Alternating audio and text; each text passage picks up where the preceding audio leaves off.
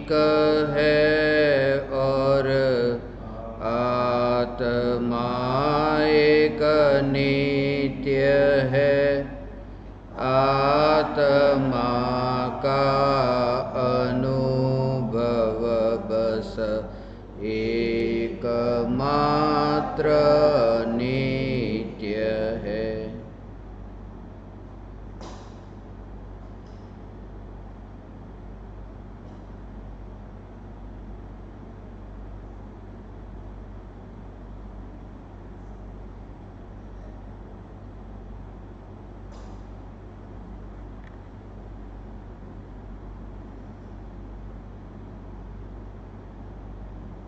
पहली शंका। प्रणाम गुरुदेव, आपके श्री चरण कमल में मेरा कोटि कोटि प्रणाम, कोटि कोटि वंदन। गुरुदेव, एक असंख्यात भेद का विस्तार पूर्वक विवेचन करने की कृपा करें।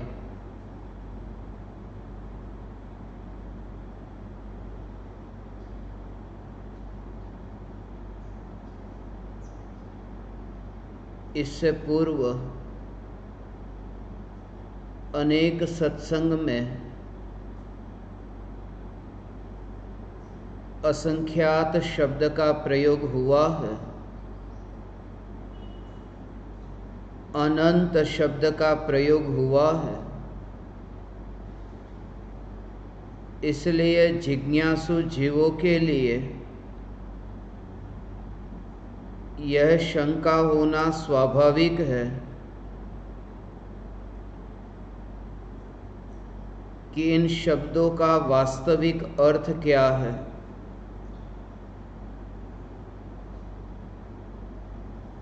यद्यपि यह विषय कर्णानुयोग से संबंधित है और कर्णानुयोग के गहन सिद्धांतों पर इतनी संक्षिप्त छोटी सी इस तत्व चर्चा में संपूर्ण विवेचन करना तो संभव नहीं होगा।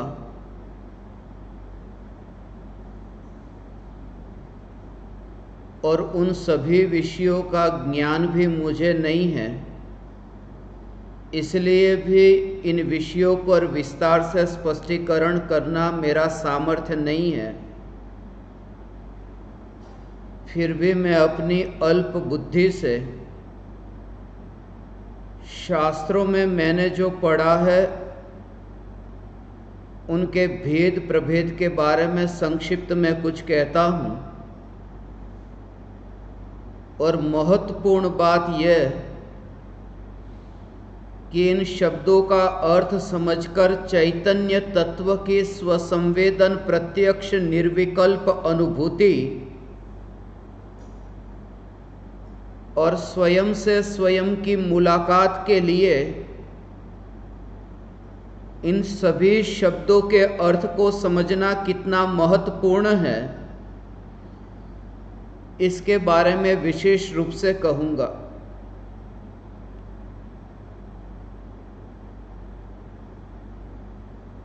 गणित की यह भाषा है। वितरागी परमात्मा ने दो प्रकार का गणित बताया है। एक गणित है संख्यामान गणित और दूसरा गणित है उपमा मान गणित। और संख्यामान जो गणित है,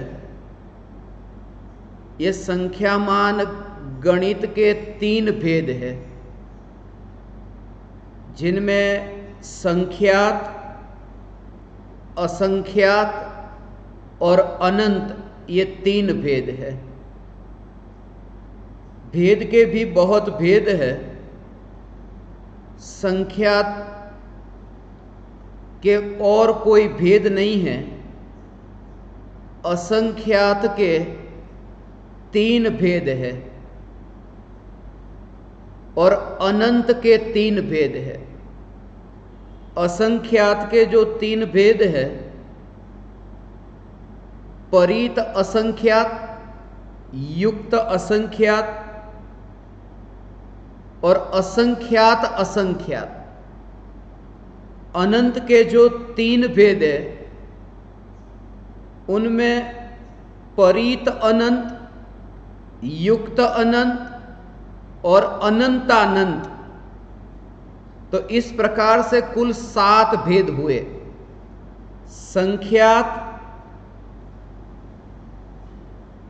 परीत असंख्यात, युक्त असंख्यात, असंख्य असंख्यात, परीत अनंत, युक्त अनंत और अनंतानंत, ये 7 भेद है। उनके भी 3 भेद है, जघन्य, मध्यम और उत्कृष्ट। तो संख्यात के भी 3 भेद, जघन्य संख्यात, मध्यम संख्यात और उत्कृष्ट संख्यात। ऐसे ही असंख्यात के जो 3 भेद है उनके 3 भेद, जघन्य, मध्यम और उत्कृष्ट से वे कुल मिलाकर होते हैं 9 भेद। और अनंत के जो 3 भेद है उनके भी 3, जघन्य, मध्यम और उत्कृष्ट, ये कुल मिलाकर होते हैं 9 भेद। तो संख्यात के 3, असंख्यात के 9 और अनंत के 9, ये कुल मिलाकर 21 भेद होते हैं। और उन 21 भेदों के भी विस्तार से विवेचन करूं तो अभी हमारे पास इतना समय नहीं है। और जो आप मुझे ये प्रश्न पूछ रहे हैं, आपके लिए मेरी दृष्टि से इन भेदों पर जाने की जरूरत नहीं है। इसलिए ये बात मैं आपसे कह रहा हूं क्योंकि आयुष्य अल्प है, बुद्धि भी अल्प है, तत्व की रुचि भी अल्प है, शरीर की शक्ति भी अल्प है,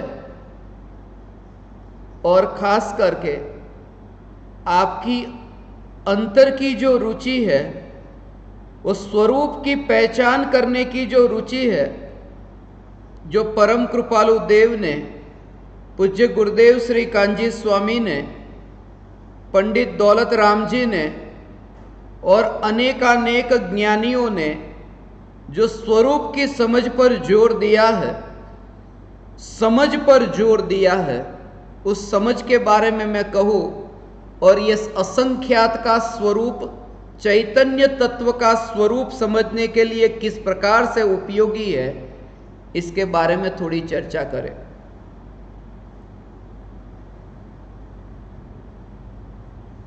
पूज्य गुरुदेव श्री कांजी स्वामी ने समझ पर बहुत जोर दिया और जानने पर नहीं, समझने पर। क्योंकि जानना तो जानना है और श्रद्धा पूर्वक जानना, उसका नाम समझना है। Knowledge is knowledge, but knowledge with belief is called understanding. और जानना और समझना, अज्ञानी वो जानने को ही समझना मान लेता है, इसलिए भ्रम हो जाता है कि मैं तो समझता हूं, फिर भी ये दुख क्यों? समझा नहीं है, सिर्फ जाना है। और समझना तो सभी को होता है, इसलिए नहीं समझ ऐसा कोई नहीं है जीव। सभी जीव समझ वाले हैं, मगर कोई जीव सम्यक समझ वाले हैं और कोई जीव मिथ्या समझ वाले हैं, मगर समझ तो है। और इसलिए हम हिंदी भाषा में भी ये कहते हैं कि मैंने उनको समझा, मेरी समझ में ये बात आ गई। और समझ में नहीं आया और कुछ और समझा हो तो नहीं समझा ऐसा नहीं कहते, गैर समझ हुई। मगर गैर समझ में भी समझ तो है ना, कुछ तो समझ है।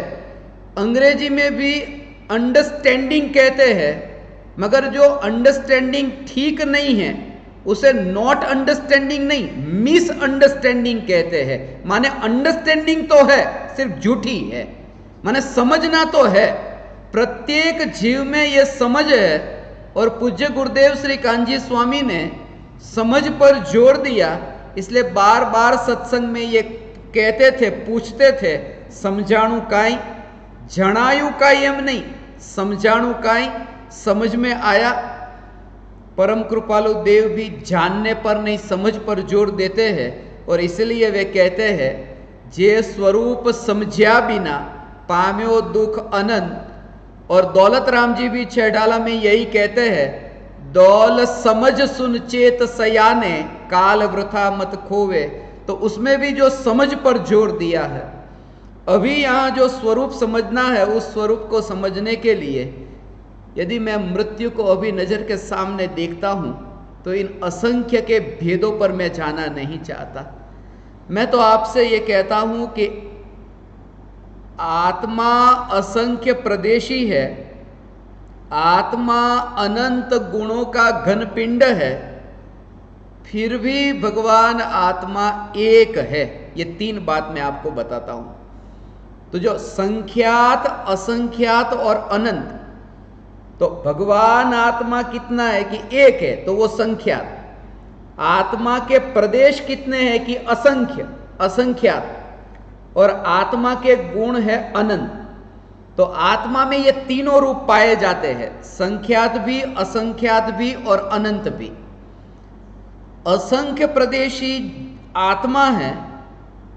खास करके मैंने जहां जहां सत्संग में इस शब्द का उपयोग किया होगा वो असंख्य प्रदेशी आत्मा के लिए, और दूसरा असंख्य समयों तक चैतन्य तत्व का चिंतन होता है, इसके लिए।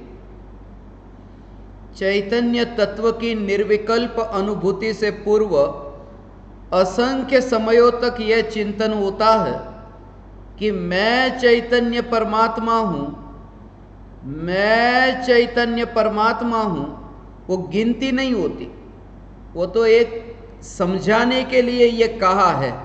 ये जितना भी गणित का प्रमाण है, इसको एक एक को गिन करके, ये सब गिनती कर करके उसको स्वीकार मत करना। ये सिर्फ समझाने के लिए ये सब भेद बताए। जिन्होंने भी ये भेद बताए हैं, ये आगम में जितने भी भेद लिखे हैं, ये भेद भी हमें एक ही चैतन्य स्वरूप समझाने के लिए ये भेद है। और आत्मा के असंख्य प्रदेश है, आत्मा के अनंत गुण है। अब अनंत गुण और असंख्य प्रदेश, ये निर्विकल्प अनुभूति के लिए जानना क्यों जरूरी नहीं है, ये समझे। क्योंकि जब चैतन्य तत्व की निर्विकल्प अनुभूति होती है, निर्विकल्प अनुभूति में भगवान आत्मा अनंत गुणों के भेद रूप अनुभव में नहीं आता, असंख्य प्रदेशों के भेद रूप अनुभव में नहीं आता। वह अभेद अनुभूति है, अखंड एक ऐसे भगवान आत्मा की अनुभूति है। इसलिए असंख्य प्रदेश, एक भगवान आत्मा और आत्मा के असंख्य प्रदेश। आलू में जो जीव है वो निगोदिया जीव, और 500 धनुष की काया वाले ऐसे मनुष्य, ये जीव, दोनों के प्रदेशों में कितना फर्क दिखता है कि एक छोटा है एक बड़ा है, फिर भी आत्मा के प्रदेश असंख्य ही है। ऐसा नहीं कि वहां पर निगोद में है तो संख्यात प्रदेशी और 500 धनुष की काया में अनंत प्रदेशी। वो प्रदेश में संकोच विस्तार होता है, असंख्य प्रदेशों में संकोच विस्तार होता है, मगर संकोच विस्तार का अनुभूति के साथ में किंचित भी संबंध नहीं है। ये खास इसलिए क्योंकि प्रति समय आत्मा का आकार ये संकोच विस्तार के कारण बदलता ही रहता है। मैं अक्सर कहता हूं ना कि ये जो हवा अंदर गई, पेट बाहर निकला, फिर हवा बाहर गई, पेट अंदर गया, तो शरीर तो ऐसा अंदर बाहर होता ही रहता है। तो आत्मा तो देह प्रमाण है, एक क्षेत्रावगाही है, तो इसलिए ये आत्मा के प्रदेशों में भी संकोच विस्तार होता है। और चैतन्य तत्व की निर्विकल्प अनुभूति के काल में सांस लेना बंद नहीं होता, तो सांसें तो चलती रहती है। निर्विकल्प अनुभूति के काल में भी, निर्विकल्प अनुभूति के काल में भी सांसें चलती रहती है। निर्विकल्प अनुभूति के काल में भी जब उपयोग शरीर पर नहीं, जब उपयोग सांसों पर नहीं, तब क्या होता है? जब निर्विकल्प अनुभूति प्रकट हुई, उस समय ये श्रद्धा हुई कि शरीर का ध्यान रखो, शरीर का ध्यान रखो तो शरीर ठीक रहेगा, और शरीर का ध्यान नहीं रखोगे तो शरीर ठीक नहीं रहेगा। ऐसा निर्विकल्प अनुभूति के काल में शरीर का ध्यान नहीं रखा था। जब निर्विकल्प अनुभूति के काल में ध्यान किसका हो रहा था? आत्मा का ध्यान हो रहा था, शरीर का तो ध्यान नहीं हो रहा था।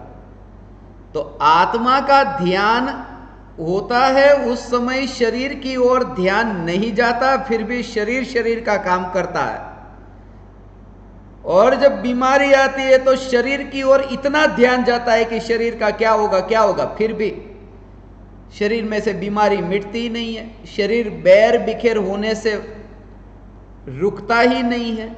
इसका अर्थ यह कि चैतन्य तत्व की निर्विकल्प अनुभूति होने पर यह कर्तृत्व का भाव भी छूट जाता है कि इन अनंत परमाणुओं के पिंड में मेरा कहीं कर्तृत्व है। अनंत परमाणु का ये पिंड ऐसा, यह देह, और जगत में जितने और अनंत पुद्गल परमाणुओं के पिंड, सम्यक दृष्टि की दृष्टि में ऐसी ये सम्यक दृष्टि कि टेबल कुर्सी के परमाणु है ना, तो जैसे उन परमाणुओं के पिंड में मेरा क्या कर्तृत्व, तो जैसे सम्यक दृष्टि उन परमाणुओं में अपना कर्तृत्व नहीं मानता, ऐसे ही सम्यक दृष्टि देह के परमाणु के पिंड में भी अपना कर्तृत्व नहीं मानता। यह स्वतंत्रता है ऐसी। इसलिए असंख्य प्रदेश के भेद होने पर भी भगवान आत्मा की निर्विकल्प अनुभूति में प्रदेश की ओर ध्यान जाता ही नहीं। कितने प्रदेश उस पर ध्यान नहीं जाता, वो स्वभाव ग्रहण होता है, वो स्वभाव पर जोर है। इसलिए दीपक की जो ज्योति है और रसोई घर में जो लकड़ी की जो ज्योति है, या फिर शमशान में जलती चिता की लकड़ी की जो ज्योति है, वो जहां पर भी उसमें दीपक की ज्योति कम है, और रसोई घर में जो लकड़ी जल रही है उसकी ज्योति ज्यादा है, और शमशान में जो है तो उसमें और ज्यादा ज्योति। मगर जब भी वो स्पर्शना होती है तो छोटी ज्योति बड़ी ज्योति ऐसा विकल्प ही नहीं होता, गर्म का अनुभव होता है। वो जैसे उसके आकार और प्रदेश पर ध्यान नहीं जाता, ऐसे स्वरूप की अनुभूति के काल में चैतन्य स्वरूप ही अनुभव में आता है। इसलिए मैं खास करके ये कहता कि जिनके पास ऐसे 2 नंबर की बुद्धि हो न, उनके लिए ये सब कर्णानुयोग के सिद्धांतों को समझना और कर्णानुयोग के सिद्धांतों के विशेषों में जाना ठीक है। जिनके पास समय बहुत कम है उनके लिए ये जो मैंने आपको प्रयोजनभूत बात बताई, यही प्रयोजन स्वरूप की अनुभूति कैसे हो, असंख्य और अनंत ये सब शास्त्रों में है, उसका स्वीकार भी हो, मगर सम्यक दृष्टि को आत्मा की अनुभूति होने पर भी अनंत गुणों का ऐसा जो स्वरूप है, अनंत गुणों का, वो सम्यक दृष्टि भी नहीं जानते, क्योंकि सम्यक दृष्टि को भी अनंत गुण अनुभव में नहीं आते। वो अनंत है, वो तो केवल ज्ञान का विषय है, अनंत केवल ज्ञान का विषय। और भगवान आत्मा में अनंत गुण है, तो जाना ही नहीं तो अनुभव कैसे हुआ? अनंत गुणों वाले भगवान आत्मा का अनुभव कैसे हुआ? वो तो केवल ज्ञान में जानने में आते। तो इसका मतलब यह हुआ कि आत्मा को जानने के लिए पहले केवल ज्ञान चाहिए, मगर आत्मज्ञान के बिना तो केवल ज्ञान होता नहीं है। तो उसका भाव कि आत्मा में अनंत गुण है, अनंत गुणों को जाने बिना आत्मा का अनुभव नहीं होता, उसका भाव ये कि अनंत गुणों का अनुभव नहीं होता, आत्मा का अनुभव होता है ना तब। अनंत गुणों का अनुभव नहीं होता, अनंत गुणों की एकता का अनुभव। वो एकता है ना, वो एक है, और एक है इसलिए वो संख्यात है। इसलिए मति ज्ञान में, श्रुत ज्ञान में ये जो संख्यात जानने में आता है, तो एक द्रव्य की अनुभूति होती है, चैतन्य तत्व की अनुभूति होती है।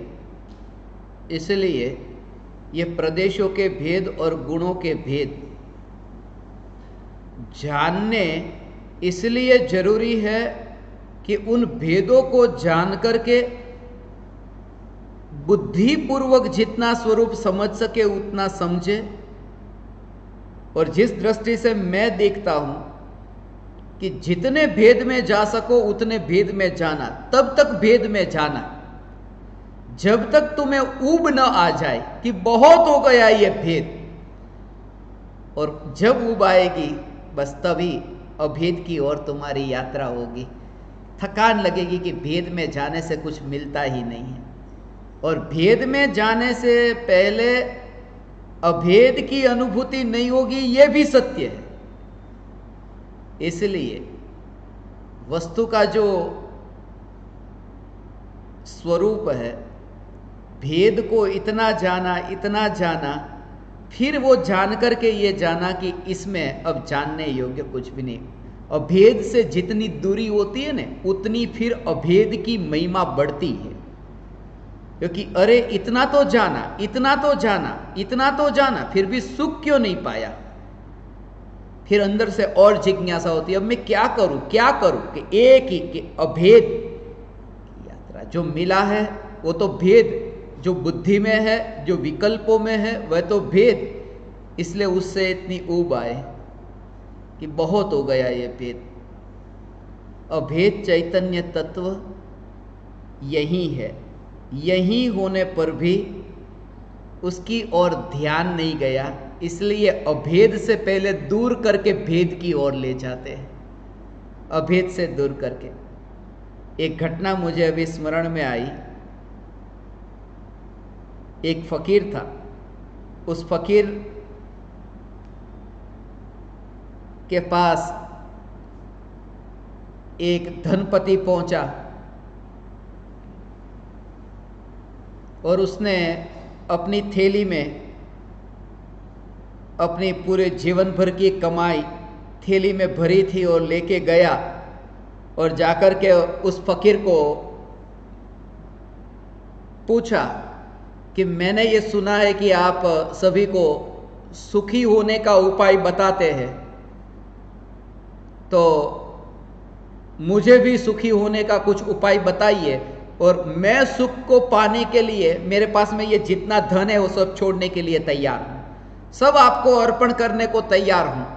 तो फकीर ने पूछा, सुखी होना चाहते हो? कि हाँ, बहुत थका हूं, सुखी होना चाहता हूं, सुख का पता ही नहीं, ये रही थैली, सब अर्पण करने को तैयार हूं। फकीर ने क्या किया कि वो थैली को पकड़ा और भागा।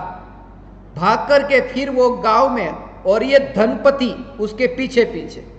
और वो फकीर का गांव था, जाना पहचाना था, तो सब गलियों को जानता था, यहां से वहां, यहां से वहां। और वो उसके पीछे पीछे इतना भागा, पसीना पसीना हो गया। और गांव के लोग फकीर को अच्छी तरह पहचानते थे कि ये फकीर क्या है। फिर पूरे गांव में इतना घुमाया, और फिर जिस जगह पर उसने प्रश्न पूछा था उस जगह पर उसने धन की जो थैली थी वो डाल दी, ऐसी फेंकी, और फिर पेड़ के पीछे जाके छुप गया।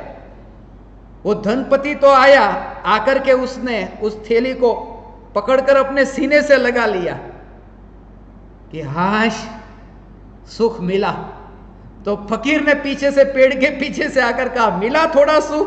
बोले हाँ। बोले क्या? कि बस यही सुखी होने का उपाय है।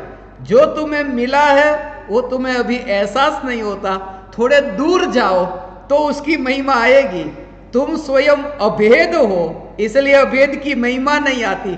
थोड़े दूर जाओ, थोड़े भेद में जाओ, फिर तुम्हें पता चलेगा कि अभेद क्या है। इसलिए यह अभेद करके, अभेद के अंतर में, स्वरूप में स्थित होने के लिए यह भेद का वर्णन किया है। ज्यादा तो इसके बारे में यदि आपको समझना हो तो संख्यात, असंख्यात और अनंत के संबंध में आध्यात्मिक साधना प्रश्नोत्तर माला में इसका विवेचन किया है। इसके अलावा 5 लब्धि पर जो सत्संग हुए हैं उनमें भी इसका विवेचन किया है। यहाँ जो भी शंकाएं आएगी उन शंकाओं पर विस्तार से विवेचन न हो पाएगा, इसलिए मैं पहले के जो सत्संग है उनके रेफरेंस यहाँ पर दूंगा। कल भी जो शंका आई थी स्वस्ति मुखी की, उसके लिए मैंने खास ये बताना था कि साधना विधि जो गुजराती में जो प्रवचन है मुंबई में हुए हैं, उन प्रवचनों को सुनने से वो शांति, वो ज्ञान, वो विकल्प, वृत्ति, इन स्वरूप को समझना सरल होगा। और मेहुल की जो शंका थी उसके लिए ज्ञान से ज्ञायक तक में जो चौथा चैप्टर है, उस चौथे चैप्टर में विस्तार से विवेचन किया है। और वो विवेचन में भी उस पर सत्संग भी हुए हैं, तो उन सत्संग को सुनने से और स्पष्ट होगा। अभी दूसरी शंका है, ये 3 शंका एक साथ में पूछी है। अर्चना पंडित कनाडा से, कृपा करके 12 भावनाएं समझाइए। 12 भावना अब समझाना, जब ये शंका मैंने पढ़ी तो मुझे ये विचार आया, 12 भावनाओं के नाम तो आपको पता होंगे। आज मैं उनके बारे में संक्षिप्त में कुछ कहूंगा। जिस दृष्टिकोण से मैं 12 भावना को देखता था, 12 भावनाओं को पढ़ता था, और मैंने 12 भावनाओं को गाया है, जैसे भक्तामर गाया है ना, तो आपको गाई हुई 12 भावना आज मैं आपको सुनाऊंगा। मुझे अभी किसी ज्ञान दीपक ने अमेरिका से भेजी है। कैलिफोर्निया में लॉस एंजल्स के समुद्र किनारे पर मैं था, और उस समय 12 भावना मैंने जो गाई थी वो उन्होंने रिकॉर्ड की थी, वो आज उन्होंने भेजी है। उसे भी हम सुनेंगे, वो 12 भावना को। मगर ये 12 भावनाओं के जो नाम है, अनित्य भावना, अशरण भावना, संसार भावना, एकत्व भावना, अन्यत्व भावना, अशुचि भावना, आश्रव भावना, संवर भावना, निर्जरा भावना, लोक भावना, बोधि दुर्लभ भावना और धर्म भावना, ये 12 भावनाएं हैं। उनमें अनित्य भावना, तो अनित्य भावना में क्या, आपने वो जो सुना है कि राजा राणा छत्रपति हाथिन के असवार, मरना सबको एक दिन अपनी अपनी बार। जब भी मैं अनित्य भावना पढ़ता था तो अनित्य अकेली नहीं, इसलिए 12 भावना में अनित्य, अनित्य, अनित्य, अनित्य, अनित्य, ये अनित्य है। उसे जानने वाला जो है वो अनित्य से जुदा न हो तो जान ही नहीं सकता कि ये अनित्य है। इसलिए अनित्य भावना अनित्य को नहीं, अनित्य भावना नित्य को सिद्ध करती है। जैसे देखो, एक गाड़ी चल रही है और उस गाड़ी के साथ साथ आपकी गाड़ी भी चल रही है, तो दोनों गाड़ी चल रही है बिल्कुल पास पास में ही, तो वो जो गाड़ी चल रही है उसका पता आपको चलेगा ही नहीं वो चल रही है, क्योंकि आप भी चल रहे वो भी चल रही है। मगर आप एक जगह खड़े हो तो गाड़ी आई और गई तो पता चलेगा कि वो चल रही है। तो चलती के साथ में यदि चलता कुछ हो तो पता नहीं चलता। माने नित्य के आश्रय से अनित्य का बोध। इसलिए मैंने अकेला अनित्य नहीं बताया, अकेला क्षणिक नहीं बताया। इसलिए जब वो आपको सुबह मंत्र जाप दिया ना, तो क्षणिक अनित्य उसके बारे में बताया।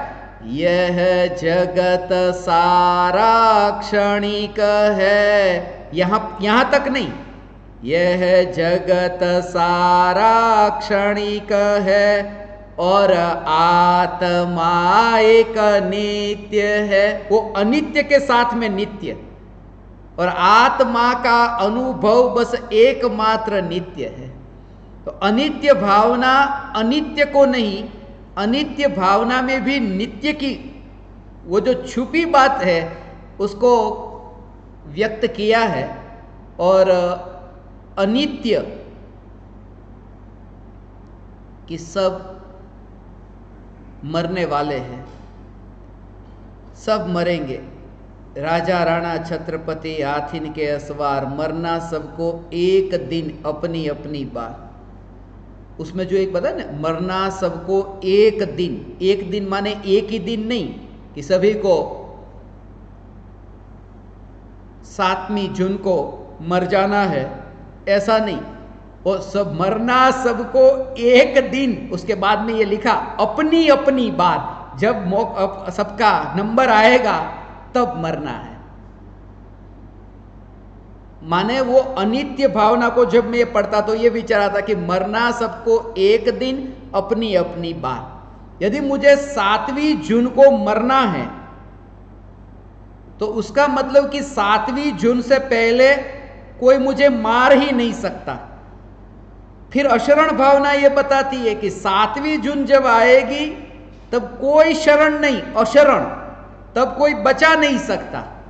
तो 7वीं जून से पहले मैं मरने वाला नहीं और 7वीं जून के बाद में बचने वाला नहीं, तो क्या करे, बस पक्का है ना, तो संसार को भोगो। इसलिए तीसरी भावना ये बताई कि संसार में सुख नहीं, तो सुख किस में है कि एक भगवान आत्मा में एकत्व भावना। तो उसके लिए क्या करे कि परभावों से भिन्न और परद्रव्य से भिन्न, तो परभावों से भिन्न अर्थात अन्यत्व, और परद्रव्य से भिन्न उसमें शरीर पहले लिया तो हुआ अशुचि भावना, देह से भिन्न। तो फिर ये भेद विज्ञान करने से क्या होगा कि आश्रव होता है, जो आश्रव रुक जाएगा। आश्रव रुकेगा तो क्या होगा कि संवर निर्जरा होंगे, और क्या होगा, संवर निर्जरा होंगे तो क्या होगा कि बस चैतन्य लोक उसमें ही वो वास करेगा। तो उसमें वास करने से क्या होगा कि बस यही तो बोधि दुर्लभ, जो अनादिकाल से बोध नहीं हुआ था वो हो गया। तो वो बोध हो गया, उससे क्या होगा, अरे इसी का नाम तो धर्म है, ये धर्म भावना हो गई, ये 12 भावना। मगर मैं इसको और अलग दृष्टिकोण से देखता हूं। ये तो पढ़ा हुआ मैंने आपको बोला, सुना हुआ मैंने आपको बोला, अब जो मुझे विचार आता था अब उसे कहता हूं। अनित्य भावना, इसलिए लोग कहते हैं कि कभी कभी आप जो बोलते हो ना बिल्कुल उल्टा ही बोलते हो, आज तक कभी न सुना हो ऐसा ही बोलते हो। इसलिए तो कुछ लोगों का मैं शत्रु हो जाता हूं, जिनको ये बात नहीं रुचिकर लगती।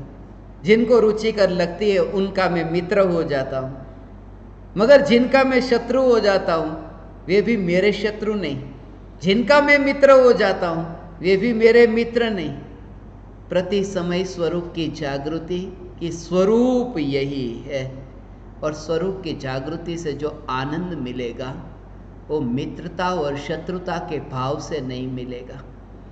इसलिए स्वरूप को समझने का प्रयास करें। इसलिए अनित्य से न्यारा ऐसा जो नित्य चैतन्य तत्व, अनित्य में भी नित्य का दर्शन, अनित्य में नित्य का दर्शन, उसका भाव क्या है?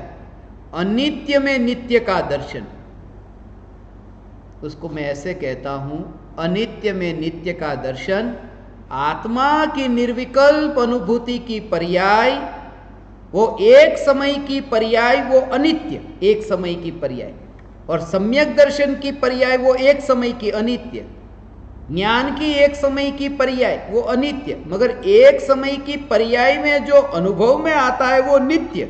इसलिए अनित्य में भी नित्य की अनुभूति, अनित्य में नित्य का दर्शन, मिठास में रस का दर्शन, ऐसे अनित्य में नित्य का दर्शन। और अशरण भावना में कि मौत आएगी, कोई बचाने वाला नहीं, कोई शरण नहीं, कोई शरण नहीं, मैं उसे ऐसे नहीं पढ़ता था। अशरण भावना को ऐसे पढ़ता था कि चैतन्य तत्व ऐसा है जिसे किसी के शरण की जरूरत ही नहीं, ऐसा अशरण। अशरण का अर्थ है जो किसी की शरण ले नहीं सकता और किसी को शरण दे नहीं सकता, ऐसी जो चैतन्य सत्ता, ये अशरण है। अशरण पहले देखो ना, अरे कोई मुझे शरण नहीं देता, कोई मुझे शरण नहीं देता, तो कमजोरी लगती है, अरे देखो कितना मैं नीचा हूं ऐसा, और मुझे किसी के शरण की जरूरत ही नहीं है, तो अंदर से ओ भाव आता है कि अब गुलामी करने की जरूरत नहीं है अब किसी की, ऐसा अशरण भावना। ये चिंतन, ये 12 भावनाओं का चिंतन ज्ञानी को होता है, वास्तव में तो ज्ञानी को ही होता है, मुख्य रूप से मुनिराजों को और गौण रूप से सम्यक दृष्टि ज्ञानी धर्मात्मा को।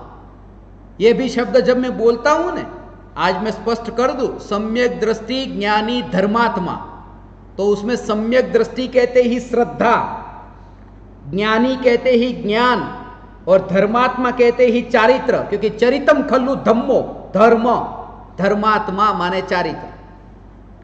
तो सम्यक दृष्टि ज्ञानी धर्मात्मा, आप सब रचनाओं में शुरुआत में पढ़ते हैं ना, समस्त सम्यक दृष्टि ज्ञानी धर्मात्माओं को सविनय अर्पण, वो 3 नहीं है, वो सम्यक दर्शन ज्ञान चारित्र से युक्त जो, बस उनकी बात है, ऐसे तीनों की एकता की बात है वहां।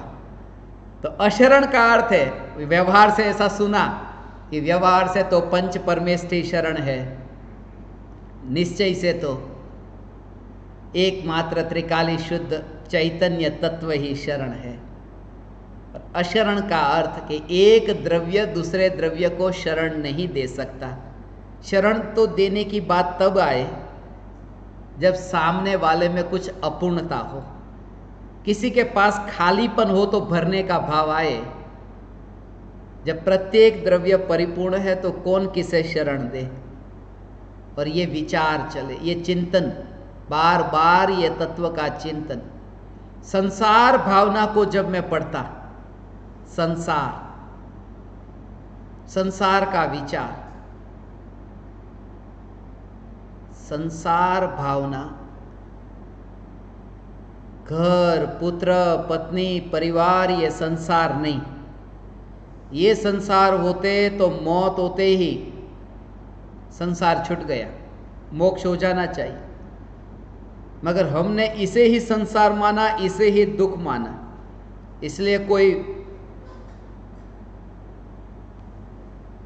बुजुर्ग मौत की घड़ी पर मरने की तैयारी में हो, एक बार ऐसा हुआ था,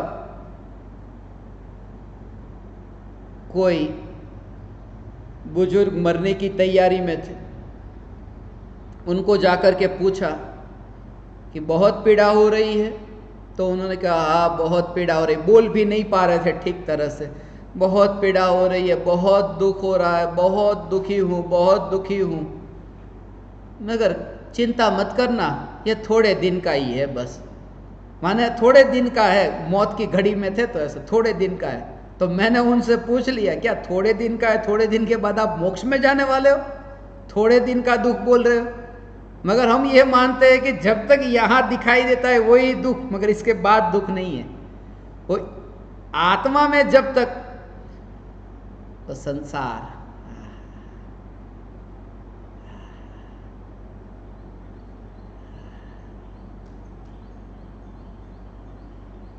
ज्ञानी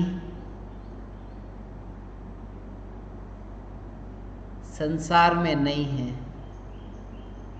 ज्ञानी संसार में नहीं। इसलिए ज्ञानी संसार में नहीं क्योंकि ज्ञानी विकारी भावों में कहीं भी नहीं, पर द्रव्य में कहीं भी नहीं, इसलिए ज्ञानी संसारी नहीं। और ज्ञानी संसारी नहीं इसलिए ज्ञानी मुक्त भी नहीं, क्योंकि जहाँ संसारी का विकल्प है वहीं मुक्त का विकल्प है। जहाँ संसारी और मुक्त ये दोनों विकल्प छूटे, फिर जो अनुभव में आता है वह संसारी भी नहीं, मुक्त भी नहीं, वह चैतन्य मात्र अनुभव में आता है। और चैतन्य सत्ता संसारी भी नहीं है और मुक्त भी नहीं है, चैतन्य मात्र है। गुड़ बंधा भी नहीं है, गुड़ मुक्त भी नहीं है, गुड़ मिठास से भरपूर है। ये गुड़ के निकट जाकर गुड़ की अनुभूति होना है। ऐसे ही भगवान आत्मा की निर्विकल्प अनुभूति होती है। ये निर्विकल्प अनुभूति के काल में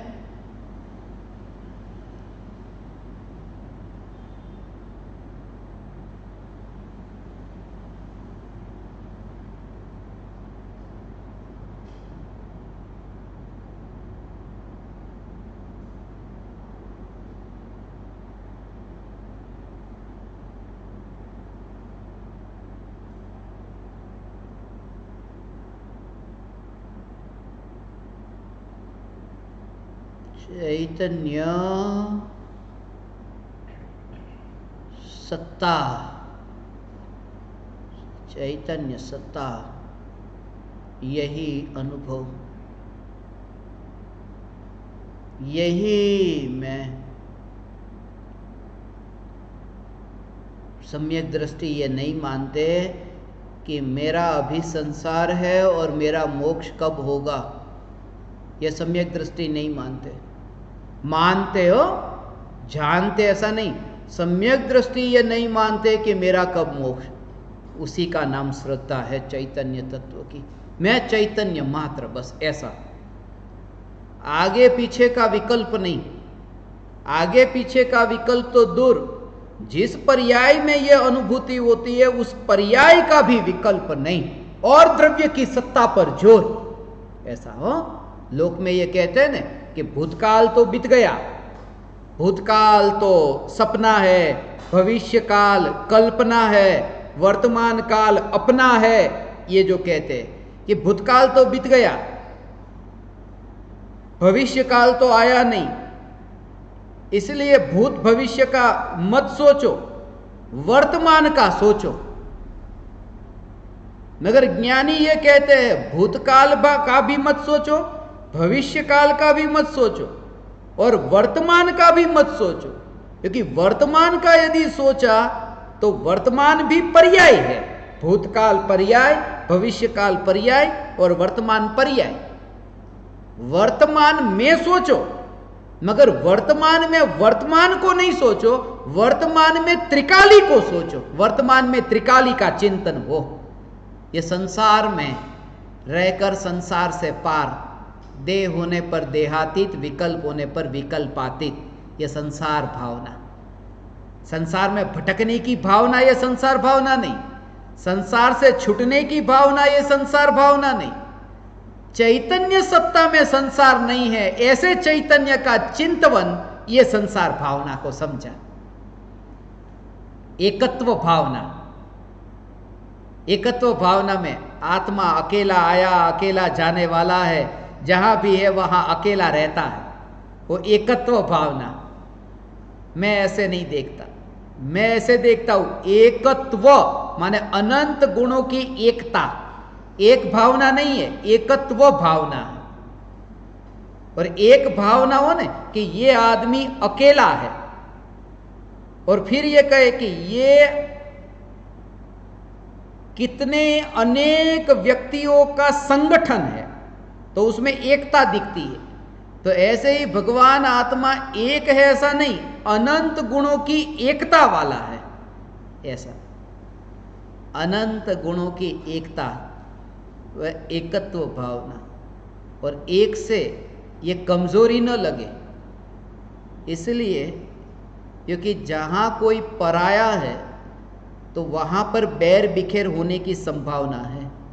ये पुद्गल जो है ना, पुद्गल में दो प्रकार के भेद होते हैं, एक परमाणु और दूसरा स्कंद।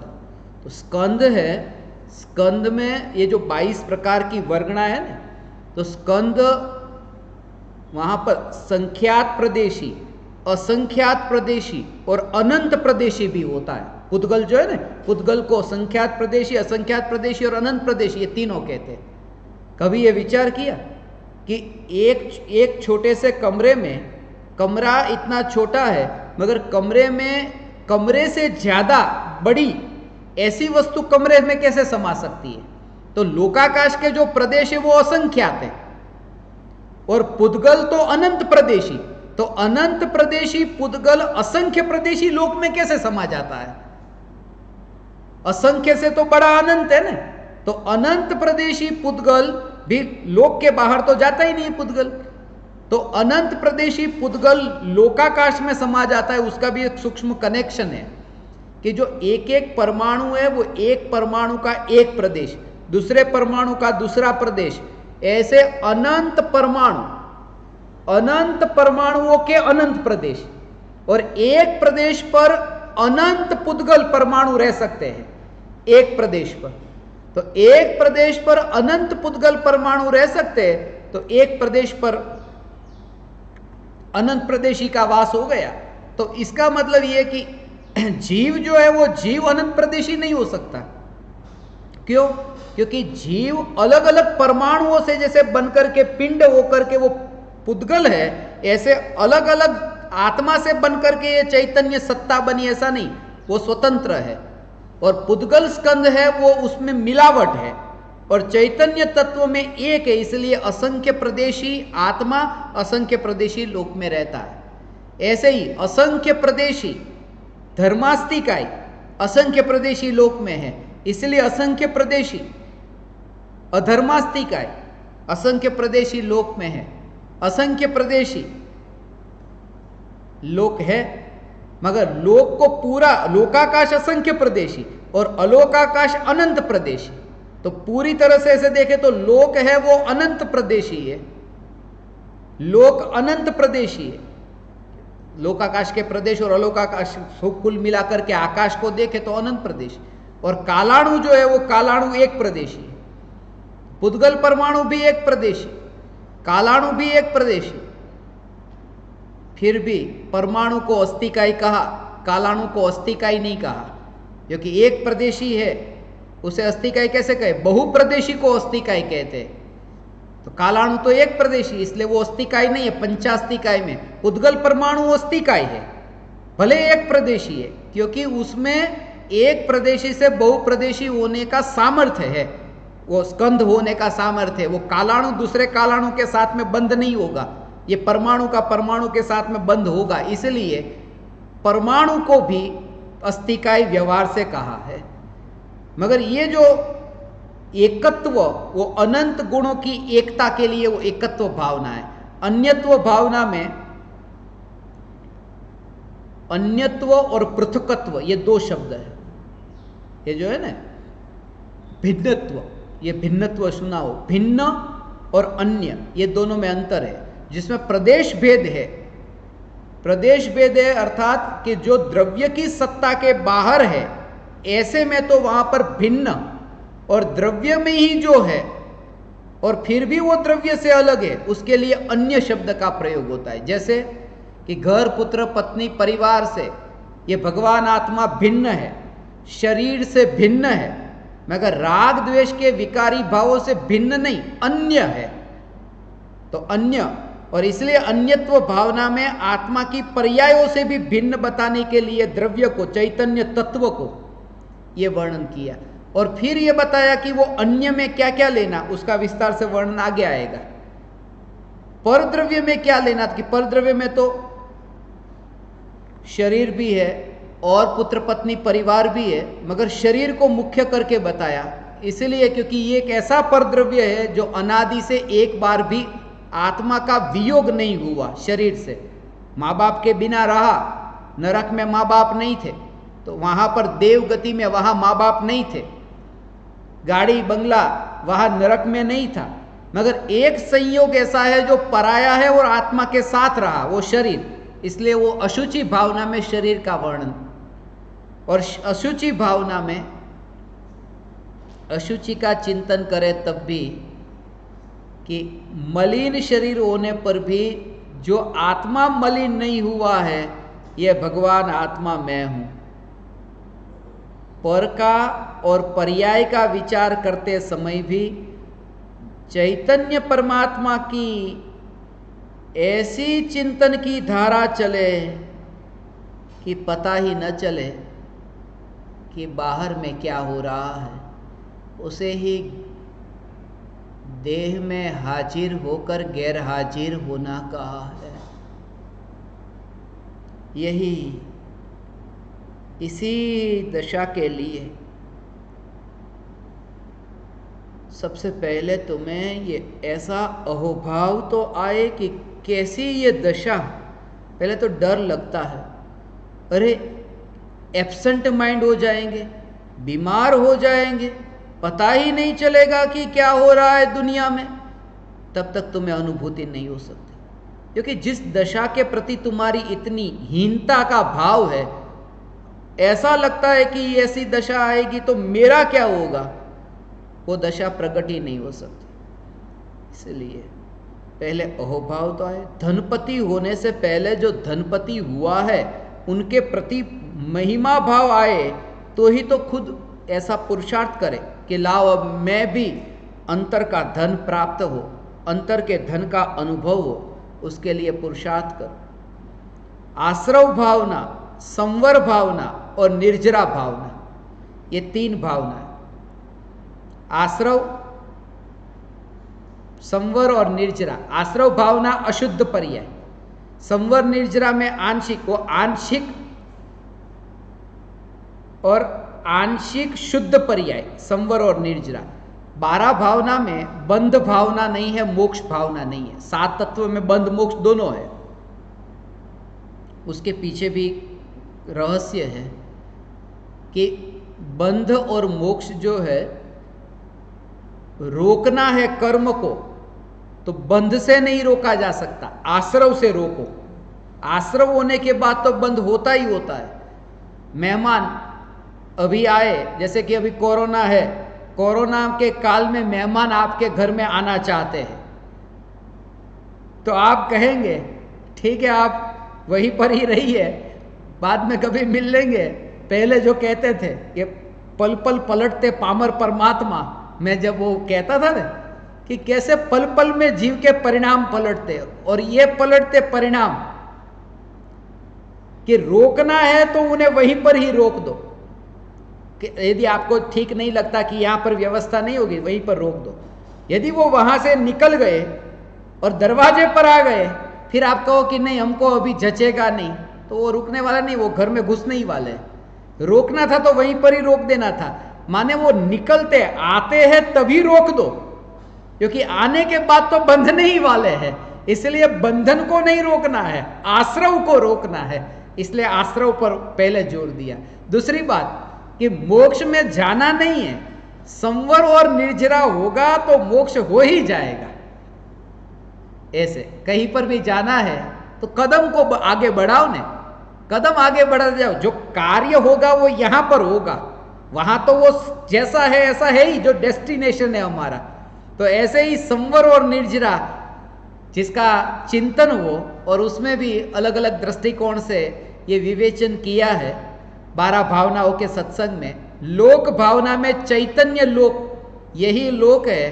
3 लोक, ये लोक नहीं, अज्ञानी लोक में वास करता है और ज्ञानी में चैतन्य लोक वास करता है। ये दोनों में अंतर है। अज्ञानी लोक में वास करता है और ज्ञानी लोक में वास करता है, ऐसा नहीं, ज्ञानी में चैतन्य लोक वास करता है। क्योंकि ज्ञानी कहते वो पर्याय सहित बात आई ना, इसलिए वो पर्याय में द्रव्य का अनुभव होता है, इसलिए वो लोक भावना। बोधि दुर्लभ भावना, वो बोधि का मतलब अकेला बोध नहीं है, बोध कहते हैं ज्ञान को, और बोधि का अर्थ होता है श्रद्धा ज्ञान चारित्र, सम्यक दर्शन ज्ञान चारित्र की एकता के लिए बोधि, और वो दुर्लभ है ये बताया। और 12वीं भावना में धर्म भावना, कि वितराग भाव ही धर्म है, और वितराग भाव धर्म है उसकी भी रुचि न हो। रुचि यह कि चैतन्य स्वरूपी भगवान आत्मा स्वयं, ये जो चैतन्य है वही आत्मा का धर्म है, क्योंकि धर्म त्रिकाल है और वितरागता तो जन्म लेती है, इसलिए वितरागता धर्म नहीं, चैतन्य तत्व जो है, इसका जो चैतन्य स्वभाव, वत्थु सहावो धम्मो, यह धर्म है। ये 12 भावनाओं का विस्तार से विवेचन तो 12 भावनाओं के प्रवचन से प्राप्त होगा, और यदि विस्तार से यदि विवेचन सुनना चाहते हैं तो 12 भावनाओं के बारे में मैंने 12 किताबें लिखी, जो हर एक किताब में एक एक भावना पर विस्तार से समझाया है, और वो सब आपके पास में उपलब्ध है। सबसे पहले मैं एक एक करके आपको बताता हूं कि जिस भावना को आपको समझना हो विस्तार से, तो कहाँ आपको सुनने को मिलेगी। अनित्य भावना को समझना हो तो अनित्य भावना को समझने के लिए क्षणिक का बोध और नित्य का अनुभव ये पढ़ना, ये अनित्य भावना को समझने के लिए। फिर अशरण भावना को समझना है तो व्यवहार से तो पंच परमेष्ठी शरण है और निश्चय से निजात्मा शरण है, तो पंच परमेष्ठी में जिनका वर्णन किया है, महिमा बताई है, तो अशरण भावना को समझना हो तो महावीर का वारिस कौन, उसे समझना। उसके अंदर सब बताया है कि महावीर भगवान का कितना अहोभाव है हम पर, कि कितने उनके हमारे जीवन में ये योगदान है कि हमें ये स्वरूप समझाया है। फिर अंत में यही बताया कि तुम मेरे में नहीं अपने में लीन होना। संसार भावना को यदि समझना है कि संसार में बहुत भटके, बहुत जन्म मरण हुए, उसका यदि स्वरूप समझना है तो मरण का हरण पढ़ना, जिसमें वो संसार का मरण का हरण का स्वरूप बताया है उसमें। यदि एकत्व भावना का स्वरूप समझना है तो एकत्व भावना माने अनंत गुण का घनपिंड, वो द्रव्य जो है वो अनंत गुणों का घनपिंड है। जैसे पिताजी एक पूरे है, मगर पिताजी की उंगली से पिताजी तक पहुंच गए, पिताजी को पकड़ लिया, ऐसे ही अनंत गुणों की एकता, वो जो ज्ञायक है वो कैसे पकड़ में आता है, ज्ञान से ज्ञायक तक। तो एकत्व भावना को समझना है तो ज्ञान से ज्ञायक तक ये आप पढ़ना। और फिर अन्यत्व भावना कि पर्याय से भी भेद विज्ञान कैसे करें, अन्यत्व पर्याय, और कैसी पर्याय कि जो पुरुषार्थ की पर्याय है वो भी मेरा स्वरूप नहीं, मैं तो चैतन्य मात्र हूं, उस पुरुषार्थ की ओर भी दृष्टि मत करना, वो भी क्रमबद्ध है, वो पर्याय भी क्रमबद्ध है। तो अन्यत्व भावना को समझना हो तो क्रमबद्ध पुरुषार्थ समझना, वो क्रमबद्ध पुरुषार्थ में आपको विस्तार से मिलेगा। यदि अशुचि भावना को समझना है तो राग की दीवार का पड़ोसी भगवान आत्मा, ये आप समझना, क्योंकि वो राग की दीवार का पड़ोसी जिसमें ये शरीर की अशुचिता, ये अपवित्रता का वर्णन, ये अशुचि भावना का वर्णन राग की दीवार के पड़ोसी में ये किया है। फिर राग द्वेष के जो भाव आत्मा में उत्पन्न होते हैं, आते हैं, कहां कहां से आ जाते हैं ऐसे राग द्वेष के भाव, कैसे आ जाते हैं और आते हैं, ये स्वभाव में तो कहीं भी नहीं है, फिर भी ये आ जाते हैं। एक ओर से आत्मा के नहीं है, फिर भी आत्मा के है, उसमें भी एक अनेकांतवाद है। जैसे आतंकवादी समुद्र मार्ग से मुंबई आ गए और ताजमहल होटल और ओबेरॉय होटल में वहां पर जो हमला किया, तो आ जाते हैं ऐसे आतंकवादी, ऐसे ही आश्रव के भाव आ जाते हैं। उसका स्वरूप समझना है तो आतंकवाद में अनेकांतवाद, वो पढ़ेंगे तो आपको समझ में आ जाएगा। ऐसे करके एक एक के बारे में यदि आपको विस्तार से भी बताऊंगा नहीं, मगर हर एक के बारे में संवर, निर्जरा, संवर का स्वरूप यदि आपको समझना है कि बहुत कर्म आए, इतने कर्म आए, पाप के भी आए, पुण्य के भी आए, अब थकान लगी कि नहीं कि हाँ अब पाप नहीं चाहिए, पाप नहीं चाहिए कि पुण्य भी नहीं चाहिए, कि पुण्य भी नहीं चाहिए, क्यों नहीं चाहिए? उसका स्वरूप पुण्य विराम में मिलेगा कि अब तो पुण्य का भी विराम हो, पुण्य भी बहुत आया, अब पुण्य भी हमें नहीं। और फिर निर्जरा का स्वरूप यदि समझना है कि कर्मों की निर्जरा कैसे होती है ज्ञानी को, कि तप से कर्म की निर्जरा होती है, मगर तप क्या है कि स्वाध्याय परमम तप, तो स्वाध्याय करो। तो कैसा स्वाध्याय कि जहां पर भी देखो वहां पर स्व ही, चैतन्य ही जानने में आए। तो वो जो मुझे ऐसा हुआ था कि जहां देखता दर्पण वहां मुझे ज्ञान दर्पण दिखाई देता था, तो ज्ञान दर्पण सहस्त्री को पढ़ोगे तो स्वाध्याय होगा, स्वाध्याय होगा तो तप होगा, तप होगा तो कर्म की निर्जरा होगी। तो ऐसे 10वीं भावना है लोक भावना। ये लोक के बारे में जब कहते हैं लोग, लोक की बात आती है तो पृथ्वी को ही लोक समझ लेते हैं। ये पृथ्वी है, ये चंद्र है, ये मंगल है, ये शुक्र है, तो ये सब लोक की बात आती है। मगर ये लोक लोक नहीं है, चैतन्य लोक लोक है। ये बाहर का जो मंगल है वो मंगल नहीं, आत्मा का जो चैतन्य स्वभाव ये मंगल है। उसका विस्तार से स्वरूप समझना है तो मंगल सूत्र को पढ़ना, जिसमें मंगल के ग्रह का वर्णन नहीं किया है, उस लोक का वर्णन नहीं किया, इस लोक का वर्णन किया है। और बोधि दुर्लभ भावना को यदि समझना है तो 142 ज्ञान दीपक बोधामृत, ये बोधामृत में बोधि का वर्णन है, ये बोधामृत को पढ़ना, उसमें सब समझ में आ जाएगा। और अधिक क्या कहूं, यदि आपको धर्म का स्वरूप समझना है तो जैन धर्म रहस्य, ये धर्म का रहस्य उसमें आपको मिलेगा। मगर समय बहुत कम है, एक एक के बारे में क्या कनेक्शन है वो बताने का अभी समय नहीं। सिर्फ इतना कि ये 12 भावना के बारे में अर्चना पंडित की जो जिज्ञासा है, इतने जिज्ञासु जीव है, प्रत्येक प्रवचन जैसे ही पब्लिश होता है वो सुनते हैं, उनकी जिज्ञासा हर बार उनकी उठती है। और ऐसे जीवों ने, मुझे ये विचार नहीं था, मगर जब ये मैंने अभी 12 भावना के बारे में ये पढ़ा तो अलग अलग कनेक्शन मेरे स्मरण में आए। अभी उनकी ये अंतिम शंका है,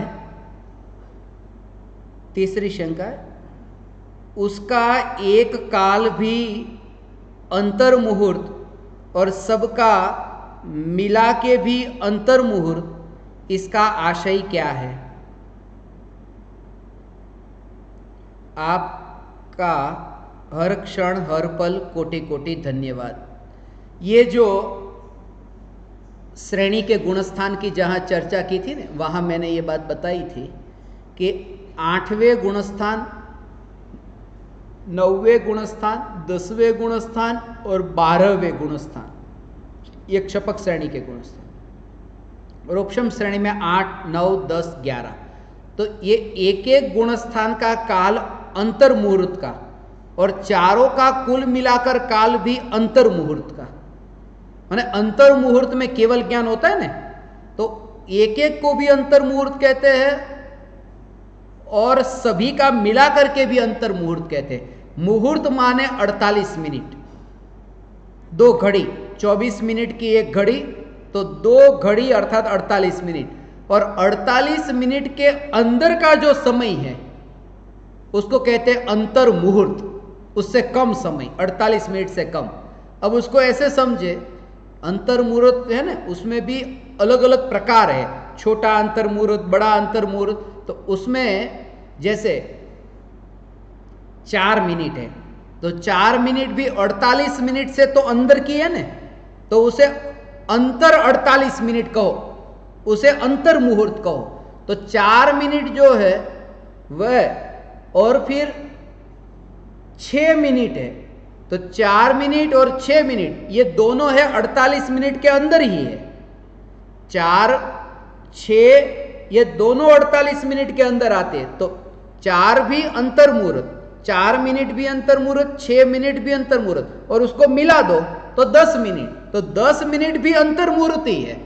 तो ऐसे ही वो 8वें गुणस्थान का काल भी अंतर मुहूर्त, 9वां अंतर मुहूर्त, 10वां अंतर मुहूर्त, और उपशम श्रेणी के लिए 11वां, क्षपक श्रेणी के लिए 12वां, ये सब मिलाकर के भी अंतर मुहूर्त का ही काल होता है। ये श्रेणी का प्रकरण है। अभी अंतिम शंका।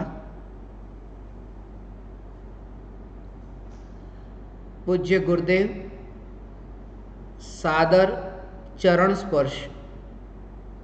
शंका समाधान के क्रम में मेरी शंका प्रेषित है,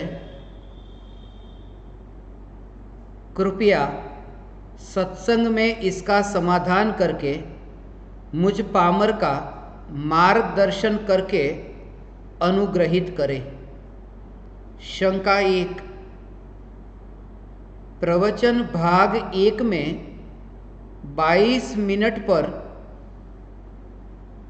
आपने बताया है कि जब जगत के पदार्थों को जानने तक का भाव न आए तो उस जीव को आत्मा की रुचि हुई, ऐसा कहा जाता है।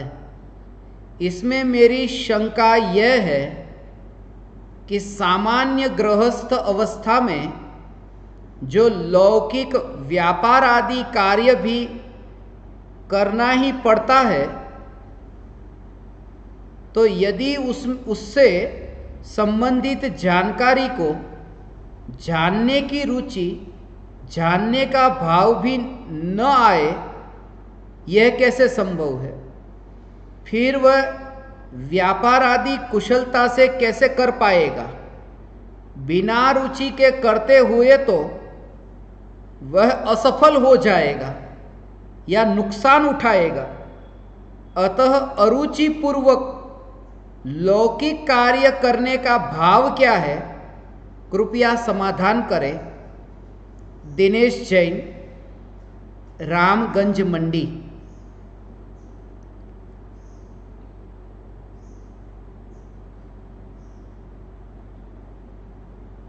ज्ञान दीपकों की यह शंका है, और ये शंका तब तक स्वाभाविक है जब तक अनुभूति नहीं है। सबसे पहले इन्होंने पूछा है, सम्यक दृष्टि की अंतर परिणति के जो 12 भाग आपको भेजे हैं, उनमें पहले भाग पर 22 मिनट पर उन्होंने ये सुना है, जब जगत के पदार्थों को जानने तक का भाव न आए तब उस जीव को आत्मा की रुचि हुई, ऐसा कहा जाता है। सबसे पहले ये बात समझ ले कि जानने का भाव, ये जानने का भाव नहीं आना, उसका भाव क्या है? जानने का भाव नहीं आने का भाव नहीं जानने का भाव नहीं है। जानने का भाव न आना, इसका अर्थ यह है जब ये श्रद्धा होती है, निर्विकल्प अनुभूति होती है, रुचि होती है। ये जो जहाँ पर भी रुचि में बोला हूँ ना, तो रुचि का अर्थ वहाँ श्रद्धा से संबंधित है, रुचि। इसलिए वो जो आपने सुना होगा 6 ढाला में, रुचि सम्यक्त्व भला है, रुचि। इसलिए ज्ञानी को भोगों की रुचि नहीं होती। रुचि नहीं होती माने ज्ञानी को भोगों का राग का विकल्प नहीं होता, ऐसा नहीं। ज्ञानी को भोगों में एकत्व नहीं होता। रुचि का मतलब एकत्व, अपनापन है। उसमें चारों ले लेना, रुचि में एकत्व, ममत्व, कर्तृत्व, भोक्तृत्व चारों लेना, मगर वो श्रद्धा से संबंधित है, रुचि चारित्र से संबंधित नहीं। सबसे पहली बात ये। दूसरी बात कि जब आत्मा की रुचि होती है तब जगत के पदार्थों को जानने की, जगत के पदार्थों को जानने का भाव नहीं आता। वो कैसे? जैसे किसी जीव को 4 बजे सम्यक दर्शन हुआ, तो 4 बजे जब निर्विकल्प अनुभूति होती है, 4 बजे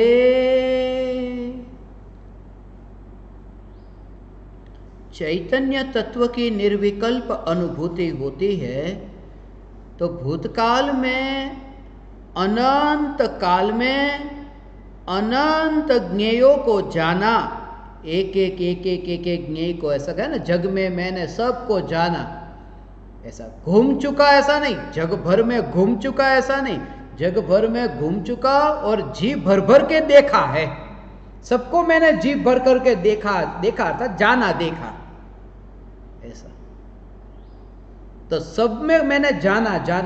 जब 4 बजे निर्विकल्प अनुभूति होती है, तब उपयोग अंतर्मुख हुआ है, तब सम्यक दृष्टि, जब पर पदार्थों से यह उपयोग घटता है ना, तब तैयारी कैसी होती है। ये अनुभूति 1 मिनट के लिए रही, ये समझो। 4 बजे से लेकर 4:01 तक ये आत्मा की अनुभूति रही। तो जब 4 बजे अनुभूति होती है, तो पूर्व अनुभूति से पूर्व ये निर्णय पक्का होता है। कैसा? ये निर्णय के बिना अनुभूति कदापि नहीं हो सकती। कैसा निर्णय? कि अब मैं जो आत्मस्वरूप में स्थिर होता हूं, आत्मस्वरूप में स्थिर होता हूं, 1 मिनट के लिए आत्मस्वरूप में स्थिर हो जाता हूं और फिर बाहर आऊंगा और फिर खाना पका लूंगा और फिर मैं मंदिर जाऊंगा, फिर मैं दुकान पर जाऊंगा। ये सब भाव लेकर के अंदर डुबकी नहीं लगती। अनंत काल के लिए मैं अब इस जगत को अलविदा करता हूं। इतना भर गया वो क्षणिक के बोध से, इतना अनित्य के बोध से जो भर गया कि एक आत्मा के अतिरिक्त अब जगत में कुछ सार नहीं है। वो नहीं जानने का भाव का मतलब ये।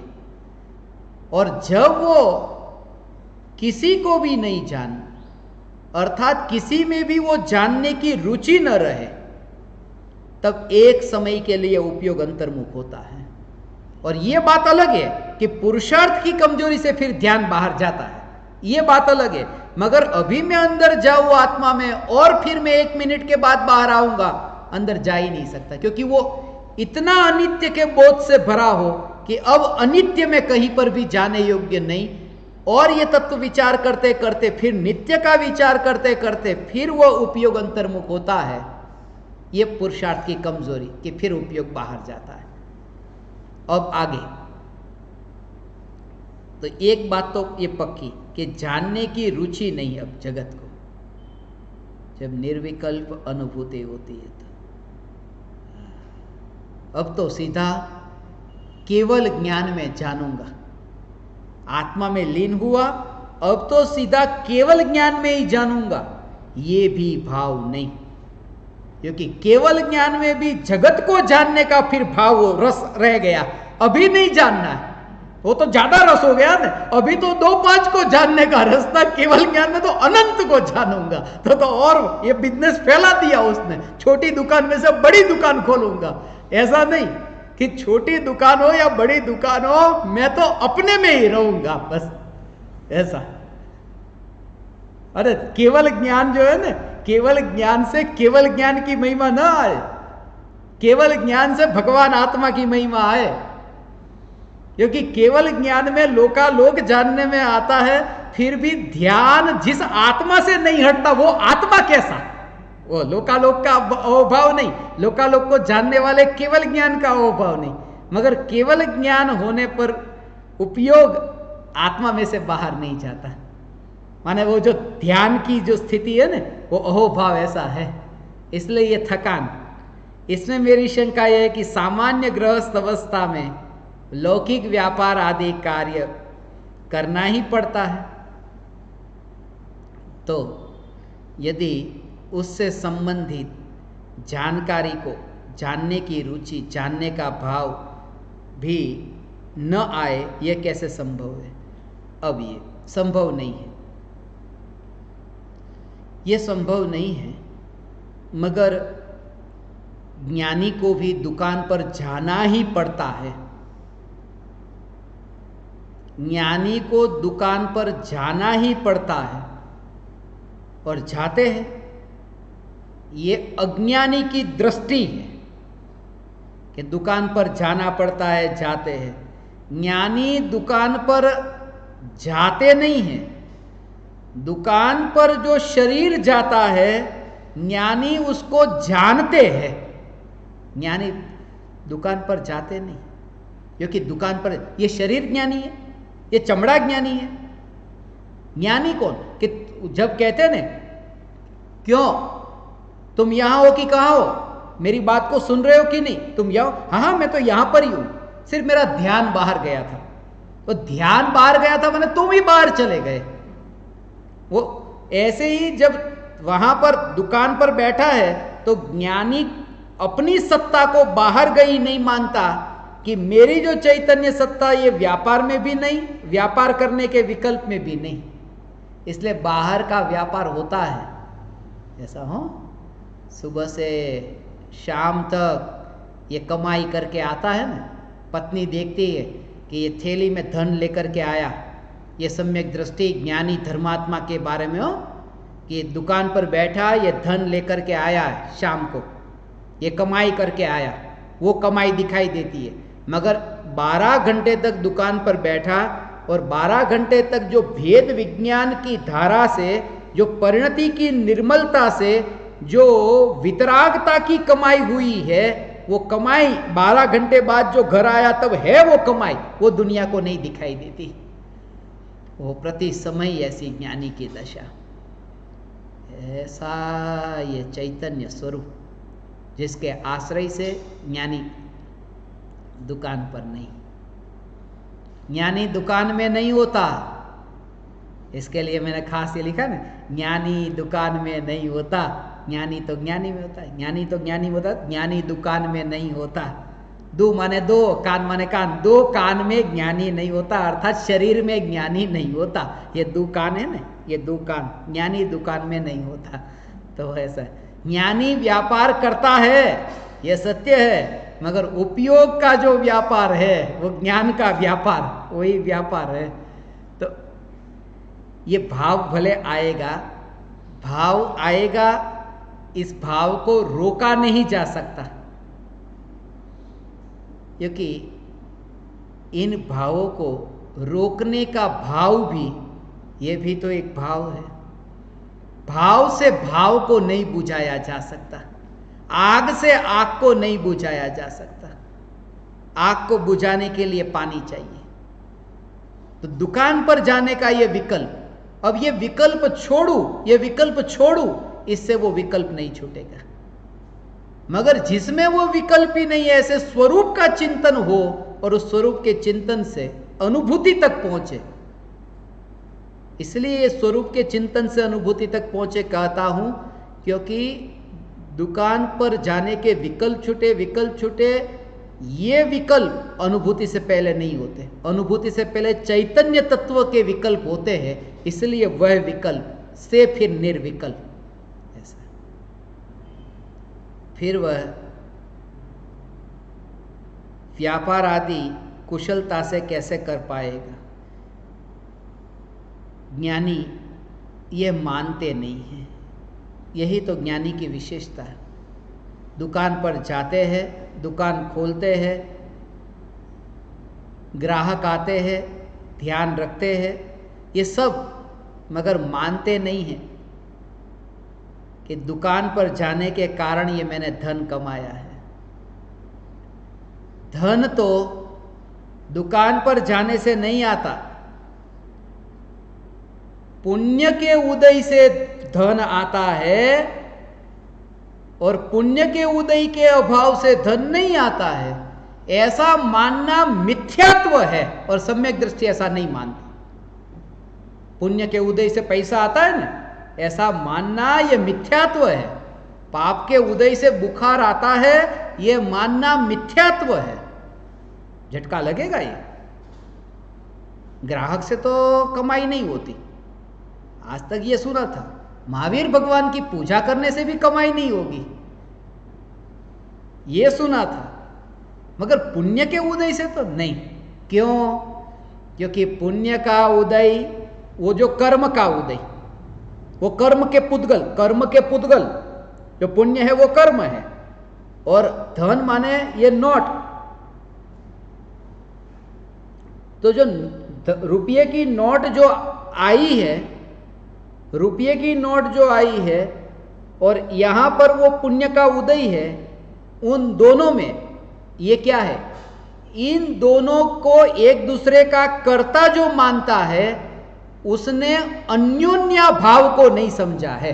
अन्योन्या भाव क्या, कि एक पुद्गल द्रव्य की वर्तमान पर्याय ये कर्म की पर्याय, एक पुद्गल द्रव्य की वर्तमान पर्याय ये कर्म की पर्याय, और दूसरे पुद्गल द्रव्य की वर्तमान पर्याय ये धन की पर्याय, रुपये की पर्याय। एक पर्याय पुद्गल की, दूसरी पर्याय भी पुद्गल की, एक दूसरे का अभाव एक दूसरे में, माने एक पुद्गल की पर्याय को दूसरे पुद्गल की पर्याय का कर्ता मानना, इसका नाम मिथ्यात्व है। यह पुद्गल की पर्याय का कर्ता, क्योंकि उसने दो द्रव्यों की स्वतंत्रता को नहीं माना। ऐसा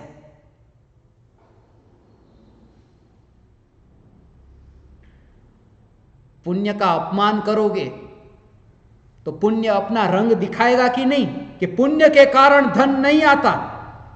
फिर पुण्य कहेगा नहीं आता तो देखो अब नहीं रहा पुण्य की बिजली चली गई, लाओ। तो पुण्य रंग, ऐसी कितनी कसौटी आएगी हो तुम्हारे सामने कि यस भोजन करने बैठा, एक आदमी को याद कर रहा था कि बस वही गाली देता होगा, उस कारण से जबान कट गई खाते खाते, ऐसा हो गया।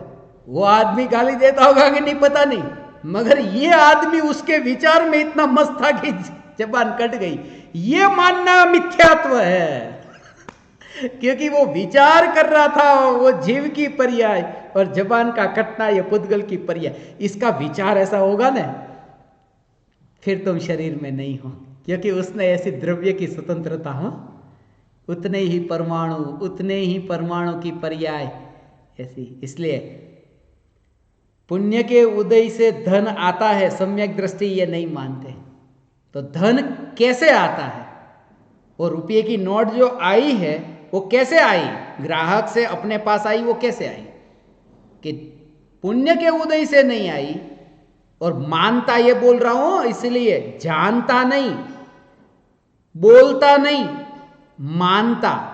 सम्यक दृष्टि ये लोग है ना जो कुछ कम सुनते हैं या फिर ज्यादा सुनते हैं, उनके लिए खास ये कि सम्यक दृष्टि ये नहीं मानते कि पुण्य के उदय से रुपये आते हैं, या फिर पुण्य के उदय के अभाव से रुपये नहीं आते हैं, ऐसा सम्यक दृष्टि नहीं मानते।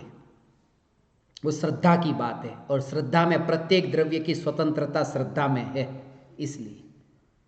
और ज्ञान में तो ऐसा जानेंगे, व्यवहार भी ऐसा होगा कि ये रमेश आया सुरेश आया, तो वहां रमेश अकेला शरीर नहीं है, रमेश अकेला आत्मा नहीं है, वो दोनों का मिश्रण है। तो ज्ञान में जानेंगे कि ये रमेश है, ये सुरेश है, ये ज्ञान में जानेंगे, और जानेंगे भी और बोलेंगे भी। बोलेंगे ऐसा ही कि भाई वो कुर्सी पड़ी है, कुर्सी को लेकर यहां आ जाओ, ऐसा नहीं कहेंगे। जिसका प्रत्येक परमाणु स्वतंत्र है, ऐसे स्वतंत्र परमाणु उनको लेकर यहां आ जाओ। तो बातें तो मिलावट वाली ही होगी, मगर दृष्टि ऐसी होगी, श्रद्धा ऐसी होगी कि प्रत्येक परमाणु स्वतंत्र है। इसलिए सम्यक दृष्टि की श्रद्धा में एक द्रव्य दूसरे द्रव्य का करता ऐसा नहीं। इसलिए पुण्य के उदय से धन आता है। तो धन कैसे आता है, कि धन को आने के लिए किसी पुण्य की क्या जरूरत, वो तो अपने पास शक्ति है ना। कौन सी शक्ति, अपने पास क्रियावती गुण है ना। तो रुपये आते हैं अपने क्रियावती गुण के कारण आते हैं, क्रियावती गुण के कारण रुपये आते हैं, ये मानना। हाँ, तत्समय की योग्यता से आते हैं, क्रियावती गुण की। और तत्समय की योग्यता जो है ना, उसमें भी कुछ अधूरा रह गया, वो मैं पूरा कर दूं कि रुपये जो आते हैं, रुपये के क्रियावती गुण की गति पर्याय की, कारण के वो क्रियावती गुण की दो योग्यता होती है पर्याय की, स्थिति की भी और गति की भी। तो क्रियावती गुण की गति पर्याय की तत्समय की योग्यता से रुपये आते हैं। उसमें तीनों आ गया कि रुपये में जो क्रियावती गुण है, क्रियावती गुण है वो है उसका स्वभाव, और उसमें वो जो कार्य रूप परिणमन हुआ गति रूप, वो उसका पुरुषार्थ, उसका स्वयं का पुरुषार्थ, क्योंकि वो द्रव्य की शक्ति पर्याय में व्यक्त हो रही है, वो उसका पुरुषार्थ रुपये का गति हो रही है। तो वो पुरुषार्थ, और वो उस समय ही क्यों, पहले क्यों नहीं, बाद में क्यों नहीं, क्योंकि तत्समय की योग्यता। तो स्वभाव भी है, पुरुषार्थ भी है, तत्समय की योग्यता भी है, वो काल लब्धि, और उसी समय वो हुआ, उसी समय उसका आना हुआ, वो काल लब्धि और भवितव्यता, नियति उसकी ऐसी ही होनहार थी, ऐसी स्वतंत्रता। इसलिए सम्यक दृष्टि व्यापार आदि कुशलता से कैसे कर पाएगा। और जब ये होता है ना कुशलता से, इसलिए तो फिर नहीं कर पाता और दुकान छोड़कर जंगल में चला जाता है वो, क्योंकि बार बार जब यही चलता है कि विकल्प तो कहीं काम में आते ही नहीं है, जब बार बार ये 12 भावनाओं का चिंतन होता है दुकान पर बैठे भी, तो फिर 12 भावनाओं का चिंतन, 12 बोला कि 12 पर ध्यान गया, 12 बज गए। और आज का दिन भी 12 भावनाओं का दिन मुझे याद आता है। 12 भावना में जो पहली 6 भावना और बाद की 6 भावना 2 भाग में विभाजित किया है 12 भावनाओं को, तो 2-6 का दिन आता है ना, तो 2 का 6 से गुना करो तो 12 भावना का ही दिन आज का दिन है। वो 2-2 प्रकार की ऐसे 12 भावना सम्यक दृष्टि व्यापार आदि कुशलता से कैसे कर पाएगा, बिना रुचि के करते हुए तो वो असफल हो जाएगा। इसलिए तो संसार में असफल हो जाना यही सार है मुक्ति की यात्रा के लिए। असफल हो जाएगा, नुकसान उठाएगा, वो नुकसान ही तो बड़ा फायदा है कि गृहस्थ अवस्था छूट गई, दुकान छूट गई, ये नुकसान उठाया। मगर एक बात खास, सम्यक दृष्टि यदि नुकसान उठाएगा तो वो मुनि हो जाएगा। सम्यक दृष्टि नुकसान उठाएगा तो वो मुनि हो जाएगा, और मिथ्या दृष्टि ये नुकसान उठाएगा तो वो आत्महत्या करने जाएगा, क्योंकि स्वरूप का बल नहीं है ना, स्वरूप का आश्रय नहीं है ना। अरे मेरा सब लुट गया, मैं क्या करूं। इसलिए सम्यक दृष्टि की बात है, इसलिए कह रहा हूं कि उसका नुकसान नहीं होगा। अतः अरुचि पूर्वक लौकिक कार्य करने का भाव क्या है? अरुचि पूर्वक लौकिक कार्य का भाव यही कि बिना एकत्व के सभी क्रिया हो, बिना मिथ्यात्व के, बिना अपनापन किए देह की क्रिया और विकल्पों की क्रिया।